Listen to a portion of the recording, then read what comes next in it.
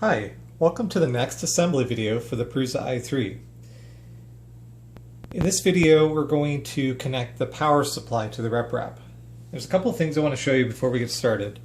First of all, this is a wiring diagram which you can download and print, or you can just look at it on your computer, which might be better if you don't have a color printer. But you can get it from nwreprap.com. And what I want to show you is this is the power supply here, and so the load is going to be the black wire on the left here.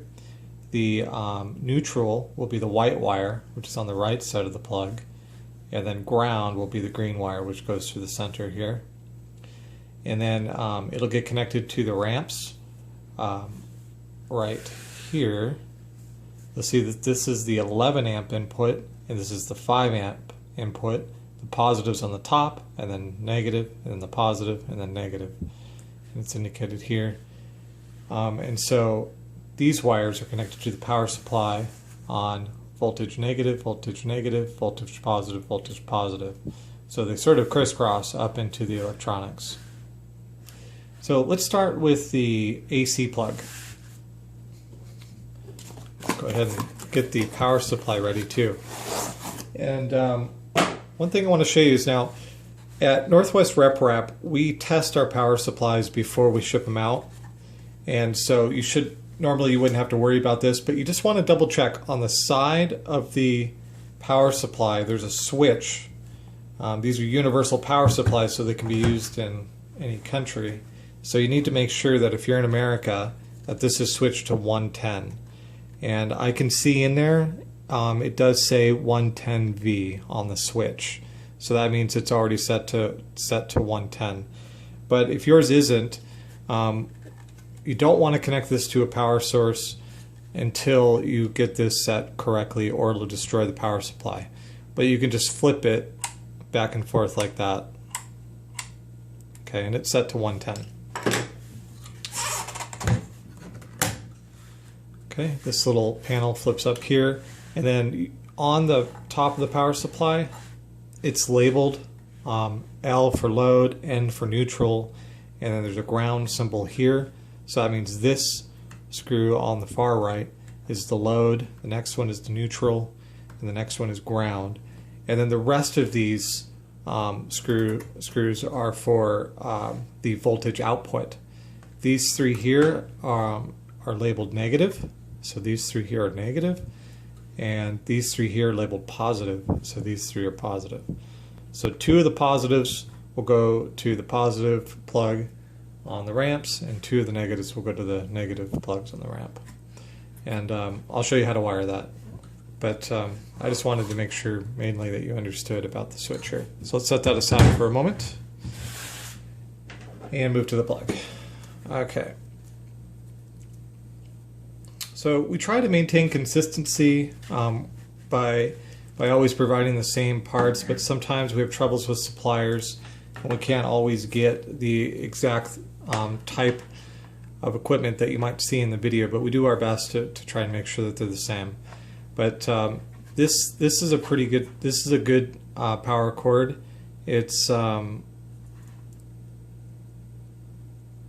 got the 3 prongs like I showed you here on the diagram. Now this side we don't need because you can't plug this into the power supply, so we just need to cut this off, and you can just toss that.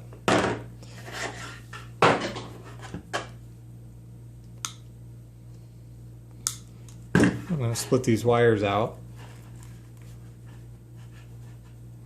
a little bit. Cut a little bit more off there. Careful not to snip the wires when you're doing that. Okay. So the center wire is obviously the ground because it's green.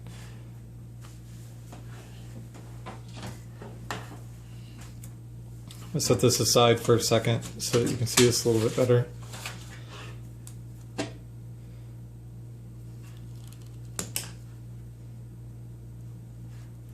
Strip some of the sheath off here so we can get it connected to the power supply. And I'm going to get my soldering iron heated up.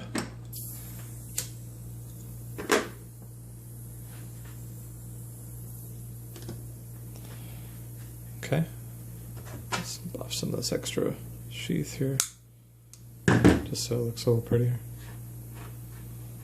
Not a big deal though.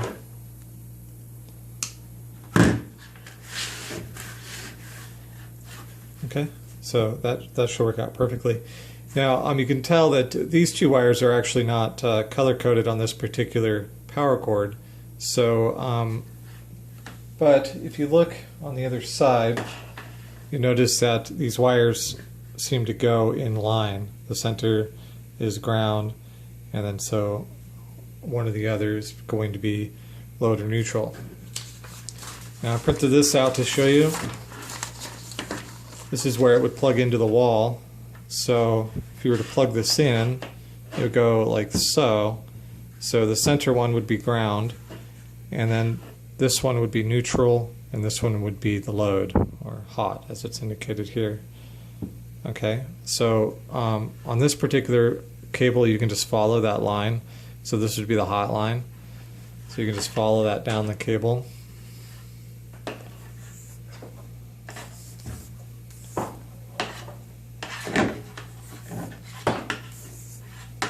And that would mean that this one is the hot cable here. So this one would be hot, and this one would be neutral.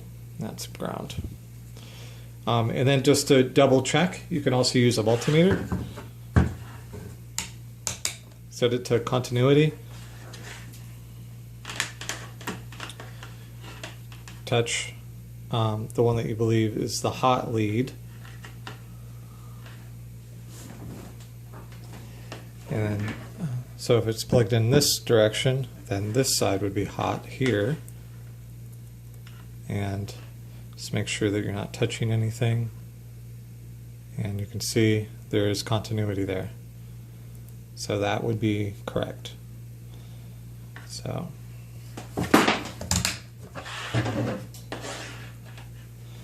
I know this one, this wire here is the hot wire. And again, these are sometimes color coded, so you can just go by the color, but in this case they weren't. So just wanted to show you how to figure that out, and it's pretty easy. So just the one on the right is load. It'll go to the very right screw, which is labeled load, L for load. And then this wire here will go to neutral, and this wire here will go to ground. Before we do that,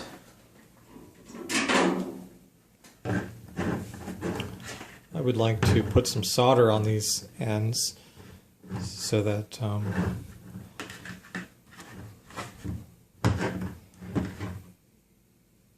these wires don't, sometimes stranded wires like these can break off, and I don't want a loose stranded wire, you know, floating around my electronics. Like it might fall into the power supply or something and cause a short. So I like to solder these.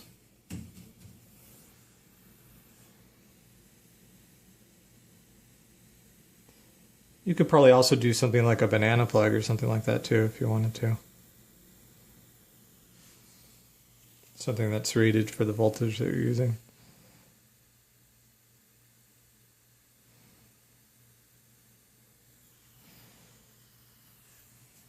Just going to check those, make sure that they look good on all sides. Yeah. So that'll keep little bits of wire from breaking off. All right.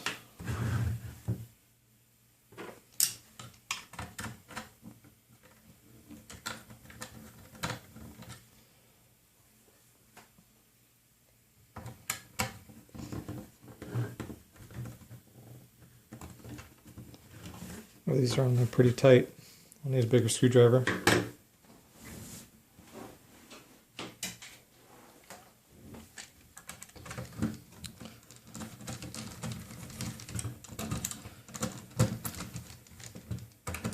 I might as well go ahead and loosen all the connections that I'm going to need for this. So it'll just be these three on the right for the AC input, and then two of the positive leads 2 of the negative leads. Now on these power supplies, sometimes I've noticed that the DC output will have positive on the left and then negative in the middle. But sometimes I've seen it the other way around where negatives on the left and positives in the middle. And then sometimes on these two I've also seen where the AC input is all the way on the left. So don't follow exactly where I'm putting these. You need to look at the labels to see where to connect them.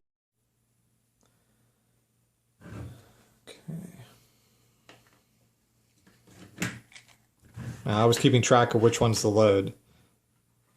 So you just, on these terminal blocks, you can see that the head of the screw has a piece of metal right underneath it that stays with the head of the screw.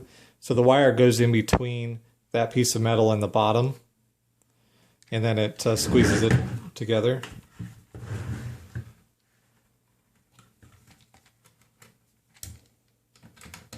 You want to make sure that you don't have too much excess wire coming off of the terminal block, because it might cross over and hit another wire.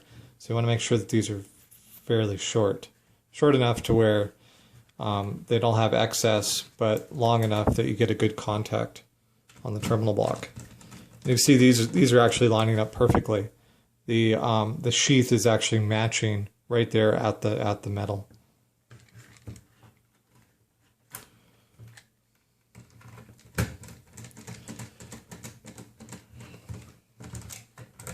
Oh, whoops. I just put them in order. Don't do that. Ground goes over here.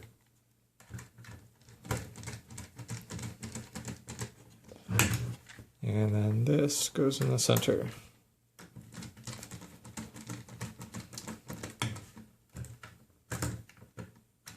Showing you what not to do there, okay? All right. Now, I'm just going to check it one more time with the multimeter.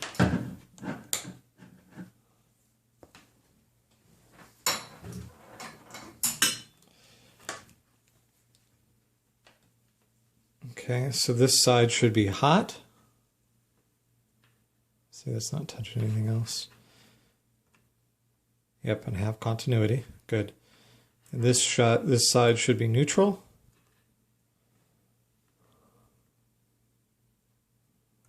And yes, I have continuity. And this side should be ground.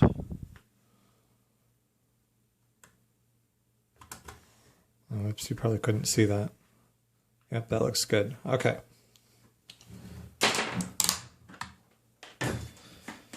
All right, so that takes care of the AC input. Now let's go ahead and move on to the DC output. I'll set this aside for a moment. Get some 18 gauge wire.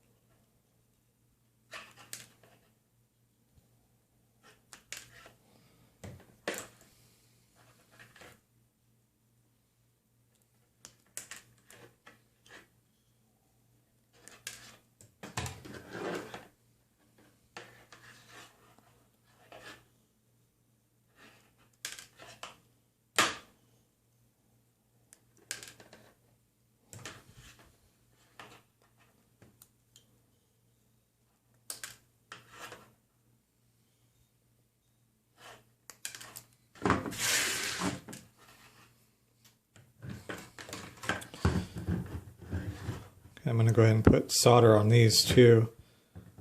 Same reason as before.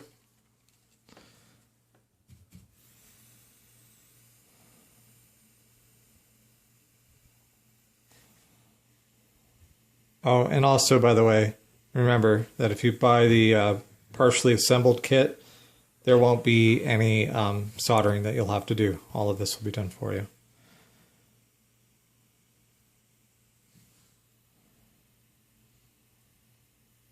I don't know. And at some point, maybe I'll switch to like some sort of banana plug.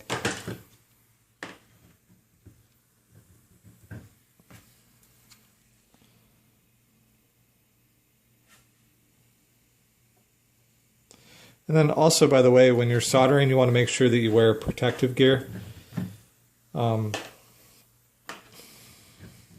Usually when I'm about to do a bunch of soldering, I'll wear goggles and a respirator.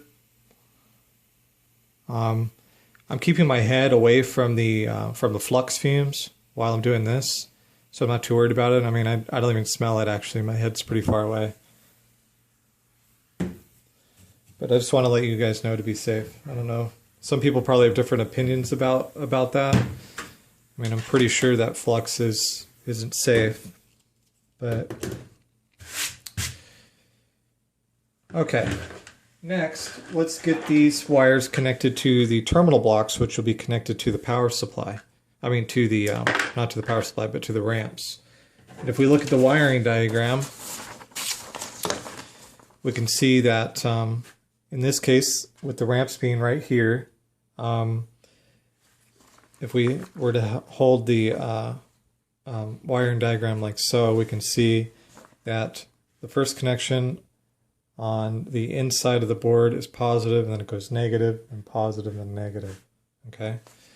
So since these are going to be plugged in like this, going into here, then that would mean that the first one here is going to be positive, and then negative, and then positive, and then negative. So we can go ahead and connect these individually. And if you look inside the terminal blocks, I can see that they're already raised. So I can, oh wait, are they? No, they're not. Oh, they weren't. Okay, so you want to make sure that you open them up. Wow, I guess when you look in there, you can't really tell. I usually always just open them anyway, but...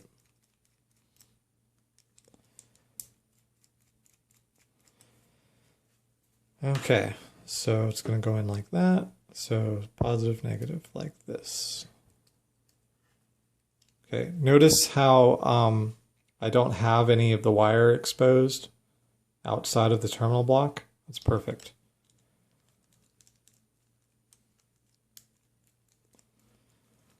Get these tight. And just do the tug test. Feels good. Then we can do the other set. So it's going to go in like this, into here. So it's going to be positive, negative, like this.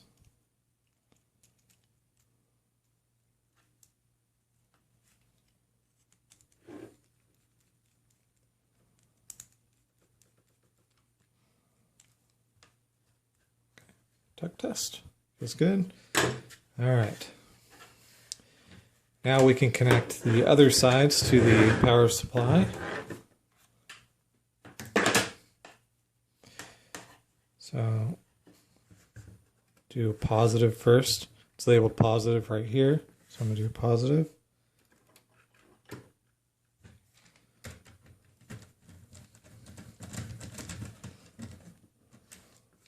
And then a negative.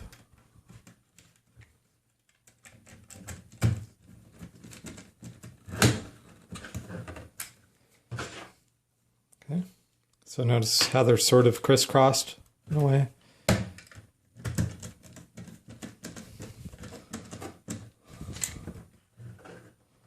And negative. And I'm using the red wire as the positive and the black wire as the negative, which is pretty common. Okay. And if you want to, you can close this little cover if it has one. Sometimes these don't have covers on them, but so you can see now the two red wires are connected to positive, two black wires are connected to negative, and then there's two empty leads, which you could use for something else. Okay. So, and it doesn't matter which side plugs into which side onto the electronics. So just make sure that you have it positive, negative, positive, negative. And it's safe to go ahead and plug this in now, but just don't plug in the AC power yet. Okay, that's good. Now the RepRap is ready for power. And don't plug it in yet. Later we're gonna plug in the USB and do some stuff first, but it's ready to go. Thanks for watching.